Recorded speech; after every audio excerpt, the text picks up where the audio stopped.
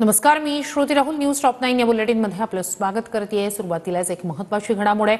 संजय राऊत यांच्या घराबाहेर रेकी करणारे सेल्समन असल्याचं समोर येत आहे. मोबाईल नेटवर्कच्या कनेक्शनसाठी त्या परिसरात ते फिरत होते अशी बाब आता समोर येते. तर संजय राऊत यांच्या घराबाहेर दोघ जण बाईकवरून आलेले अज्ञात रेकी करत असल्याचा आरोप झालेला होता. त्या संदर्भातला हे फुटेज सुद्धा समोर आलेलं होतं. याच मुद्द्यावर सभागृहात सुद्धा प्रश्न विचारण्यात आलेला होता आणि त्यानंतर कुणीही असेल तर या संपूर्ण प्रकरणी योग्य तो तपास केला जाईल, चौकशी केली जाईल असं सरकारकडून सांगण्यात आलेलं होतं. याच संदर्भात आदित्य ठाकरे यांनी सुद्धा मुख्यमंत्री फडणवीसांची भेट घेत या प्रकरणी चौकशीची मागणी केली होती. मात्र आता राऊतांच्या घराबाहेर रेकी करणारे ते दोघं सेल्समन असल्याचं समोर येत आहे.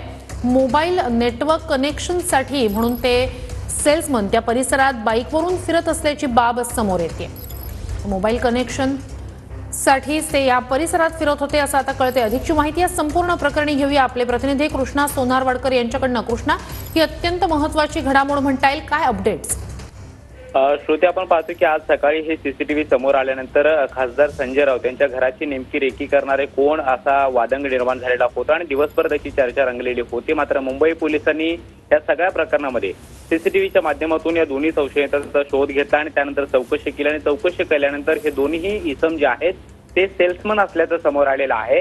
दोन खाजगी कंपन्यांच्या नेटवर्कच्या हिशोबाने हे तिथे गेलेले होते आणि त्या परिसरामध्ये प्रत्येक घराची ते पाहणी करत होते आणि जिओचं नेटवर्क जे आहे त्या नेटवर्कची केबल टाकण्यासाठी त्या सगळ्या परिसरामध्ये पाहणी या दोन इसमांच्या माध्यमातून केली जात होती आणि म्हणूनच त्यांनी काही फोटो सुद्धा काढलेले होते.